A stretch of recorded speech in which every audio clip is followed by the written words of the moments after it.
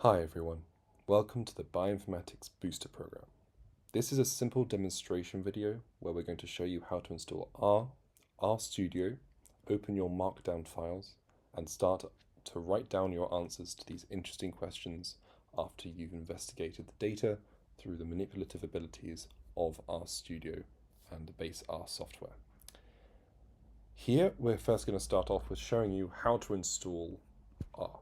So we have the R project itself, which is then downloaded through a university website mirror. So here we're going to choose the University of Bristol, because why not? So we go here, and we see, yes, I happen to have been here before, but I'm going to download R for my Mac, if you have noticed.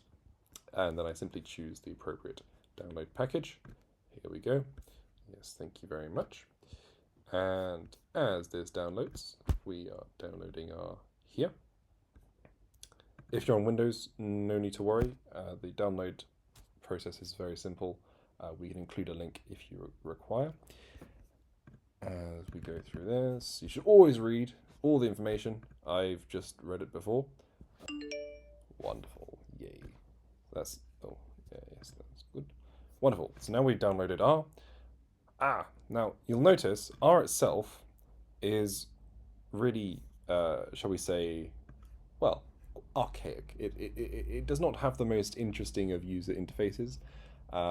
It's a simple console that you can put in commands like what's 2 times 2, or I don't know, a fish is going to be, shall we say, the answer to the universe, which is, what is that? Oh, look, it's 42. Wait, no, sorry, 56. I always forget.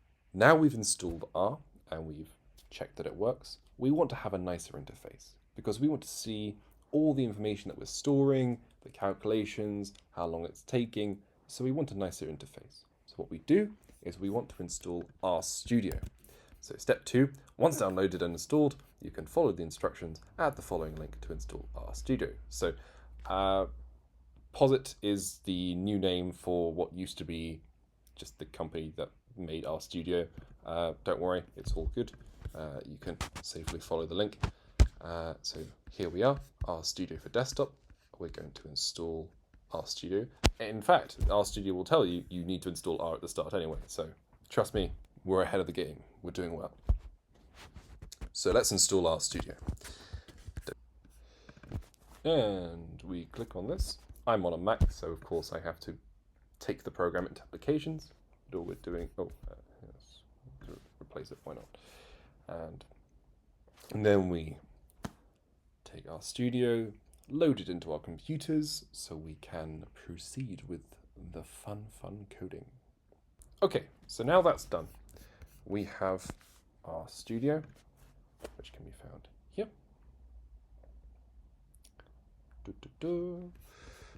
Yes, I would like to open this. Trust me, it's very cool.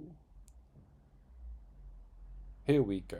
Now this is RStudio's interface of R. So all we're really doing is just putting a bunch of nice, fancy blocks of information alongside our original R console. So here's our environment. Our environment is very, very useful. In our environment, we can store the information that we program into R. So before I said, a fish is 56. So let's do that again. Fish, we're going to define the word fish as meaning 56, or for those mathematically inclined, 7 times 8. Lovely. So now the value of fish is stored here. So if I want to say, fish times 4, oh my goodness, look at the math we're doing. Fantastic. Now let's do something more interesting. So first of all, this is a simple console. There's just you run a line and then it does a line. We want something a little bit more editable, and we want to have a system in which we can present data wonderfully. So we want to open a document. So our document is going to be an R Markdown document. Very nice. Now, what on earth is an R Markdown document? Well, you might have to install some packages in order to do this, but that's no problem. Packages we'll come on to. They're just clusters of functions and small programs you can run inside R that let you do even more stuff. And the R Markdown requires a little bit of additional packages, which is fine. We're okay with that. Okay, now this is what we click on. We say R Markdown, we get this. I'm going to call this test because we're testing this out. You can see when I'm making this. And we're going to choose HTML, the simplest format, hypertext markup language, very nice. We're going to do a document, click OK, and yay, what do we have here? A bunch of information, and what do we do? Well, the first thing you need to understand about an R Markdown document is that we are making this document for the purposes of producing a nice and friendly HTML output. So this way we can nicely present our information in a format that we can manipulate and decide for ourselves. And a very simple example of what the R Markdown document can do is found with the default starting document. And to see the HTML document, all we have to click is this. We're going to knit together this code to show us what it looks like when it comes out in our lovely readable format. Okay, so here we have knitted our file and we get the HTML output. We see the title, we see our name, the date, and we see the product of the chunks which we have down here. So if we have a look here, we see summary of cars. What is cars? Cars is this data set that is embedded in R. So we're running a summary function and it just gives you the simple output of this data set. Here we have minimum speed, maximum speed, the mean distance, etc. Everything's simply here. And you can also show plots. So here, all that was put was plotting pressure.